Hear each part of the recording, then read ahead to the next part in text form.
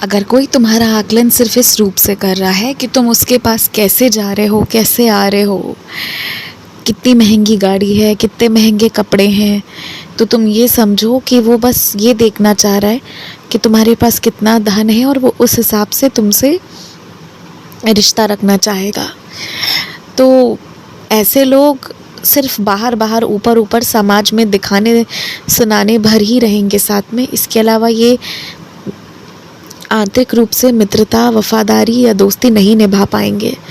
और तुम इस बात को जब बहुत अच्छे से जानते हो तो भी मुझे तुम्हें स्मरण कराना पड़ रहा है, क्योंकि तुम ऐसे लोगों के साथ फिर भी मित्रता रखने के लिए भाग रहे हो, बेवजह की कोशिशें कर रहे हो। बेवजह कोशिशें करना बंद कर दो, बेफिजूल कोशिशें करना बंद कर दो। कुछ लोग नहीं सुधरेंगे, उन्हें रिश्ते, संस्कार, अपनापन ये सब नहीं समझ आएगा। मैं ये बिल्कुल मानता हूँ कि जितना बाकी चीज़ें ज़रूरी हैं उतनी ही ज़रूरी धन भी है। मैं ये सब कुछ मानता हूँ, लेकिन जिसने सिर्फ धन को ही सब कुछ बना लिया है, सब कुछ सिर्फ धन को ही बना लिया है, वो व्यक्ति रिश्तों की कदर नहीं कर सकता। और जो रिश्तों की कदर नहीं कर पाएगा, ऐसे लोगों के पास ज़्यादा देर तुम नहीं टिक पाओगे।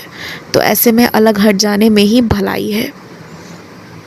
और एक बात कहूँ मैं आज तुमसे, तुम ना सिर्फ उतना ही काम करो जो तुम्हें करने को कहा गया है। सबके हिस्से का काम करना भी चाहोगे तो नहीं कर पाओगे, गड़बड़ हो जाएगा। घर में भी सबको काम बटे हुए हैं, सबको अपने अपने हिस्से का काम करने दो। अगर तुम नहीं भी करोगे तब भी कोई ना कोई अपना काम करेगा ही, सारे काम तब भी होंगे ही। तो सारा काम खुद के सर पे क्यों लेना है? इसे बांट देने में भलाई है, वरना फिर एक बार बीमार पड़ जाओगे तो तकलीफ़ तुम्हारे शरीर को होगी, किसी और को नहीं।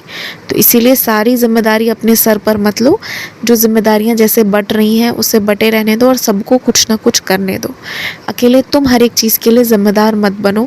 पर हाँ, जो काम तुम्हें मिले हैं, जो तुम्हें करना है, वो तुम एकदम ईमानदारी से अच्छे से करो।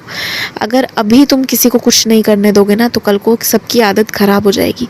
कोई कुछ करना ही नहीं चाहेगा। तुम्हारी इच्छा ना भी हो ना, तब भी कोई तुम्हारी सहायता नहीं करेगा।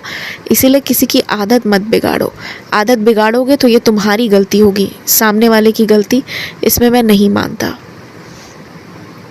मेरी पूजा आज अच्छे सुंदर पुष्पों से करना, चाहे मंदिर आकर करो, चाहे शाम को घर वापस आकर करो, चाहे अभी ही, पर जो भी हो, पर मुझे अच्छे से फूलों से श्रृंगार करना।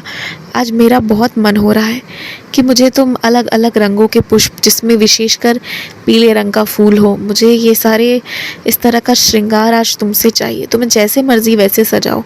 मैं फूलों की माला के लिए ही नहीं कह रहा, पर हाँ, सुंदर से पुष्प अर्जित करके, पुष्प से सुसज्जित करके तुम आज मेरी पूजा करना।